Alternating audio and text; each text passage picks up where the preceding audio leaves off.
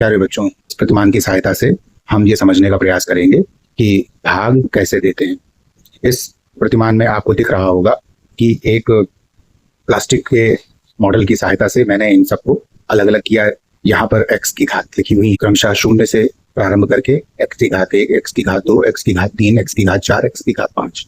ये पंक्ति भाज्य के लिए है, अगली पंक्ति भाजक के लिए है, उसकी अगली पंक्ति के लिए है और अंतिम पंक्ति शेष के लिए है। यहाँ पर हम जो कुछ मार्बल्स हैं उनकी सहायता से हम ये समझने का प्रयास करेंगे कि किस प्रकार हम भाग को अपने इस मॉडल में प्रतिपादित कर सकते हैं, इसको समझ सकते हैं। यहाँ पर हमारे पास दो प्रकार के मार्बल्स हैं, जिसमें एक हरा है और एक नीला है। यदि हम हरे को धनात्मक और नीले को ऋणात्मक का प्रतीक मान लें, फिर हम देखते हैं कि इससे हम भाग देने में कैसे सफल रहते हैं।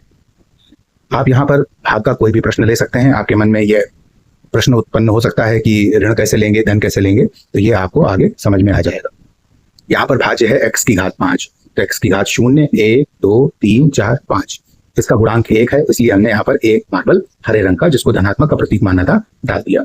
उसके बाद अगला पद है धन 3x की घात 4। अब धन है तो हम इसमें धन के लिए जो हरे मार्बल निर्धारित हैं हम उनको डालेंगे। x की घात 4, तो अगले वाले में x की घात 4 का गुणांक 3 मार्बल डाल दिए। उसका अगला पद है 2x की घात 3। अब 2 मार्बल हम x की घात 3 के गुणांक की जगह पर डाल देंगे। उसके बाद लिखा है x की घात 1, x की घात 1, x की घात 2 स्किप हो गया है, तो इसमें कोई मार्बल नहीं डालेंगे, इसमें एक मार्बल डाल दिया। अब इसके बाद बारी आती है अंक में गुणांक की। गुणांक यहाँ पर 1 लिखा हुआ है, तो हमने एक मार्बल यहाँ पर डाल दिया। भाजक के लिए हमारे पास एक x की घात 2 है, जिसमें हमने x की घात 2 में एक गुणांक में 1 डाल दिया। x की घात 1 में गुणांक है 2, इसलिए 1 और 2 डाल दिए, ये भी धनात्मक है। और जो हमारा नियतांक है धनात्मक है, इसलिए इसमें 1 डाल दिया। हमें यहाँ पर पैटर्न समझने की आवश्यकता है कि पैटर्न क्या है। तो हमारा पैटर्न है x की घात 2 में 1 गुणांक है, x की घात 1 में 2 गुणांक है और x की घात 0 में 1 गुणांक है। 1, 2, 1।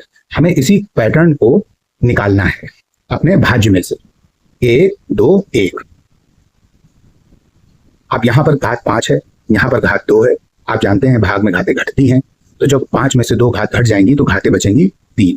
तो हम अगर इस पैटर्न 1, 2, 1 को यहाँ से निकालें, तो 1, 2, 1 को पहले से 1 निकाला, दूसरे से 2, तीसरे से फिर 1 निकाला, और निकालने के बाद हमने यहाँ पर एक भागफल की जगह डाल दिया, क्योंकि भागफल इसका हो जाएगा x की घात 3।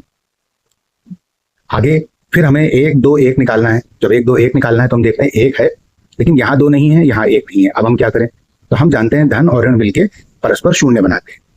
तो हम एक नीली और एक हरी मार्बल लेंगे और यहाँ पर डाल देंगे, जिससे हमारे पास 1, 2, 1 पैटर्न में यहाँ पर 2 हरी हो जाएं, यानी 2 धनात्मक हो जाएं।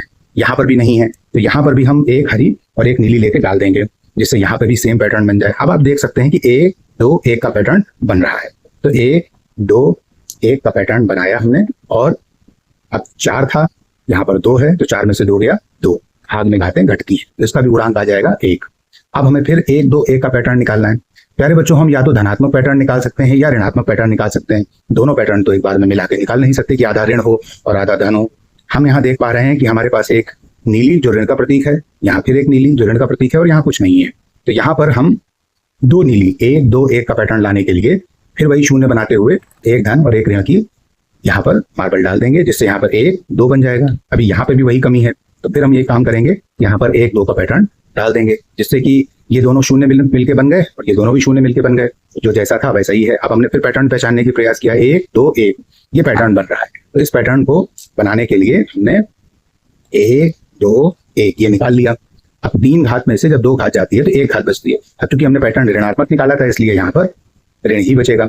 और ऊपर हम लोग प्यारे बच्चों देखते हैं कि हमारे पास पैटर्न 1, 2, 1 शेष बच रहा है। तो हमने 1, 2 और 1 इसको निकाला, और 2 में से 2 घात जाएगी तो बचेगा 0। और चूंकि हमने धनात्मक निकाला था, इसलिए धनात्मक डाल दिया।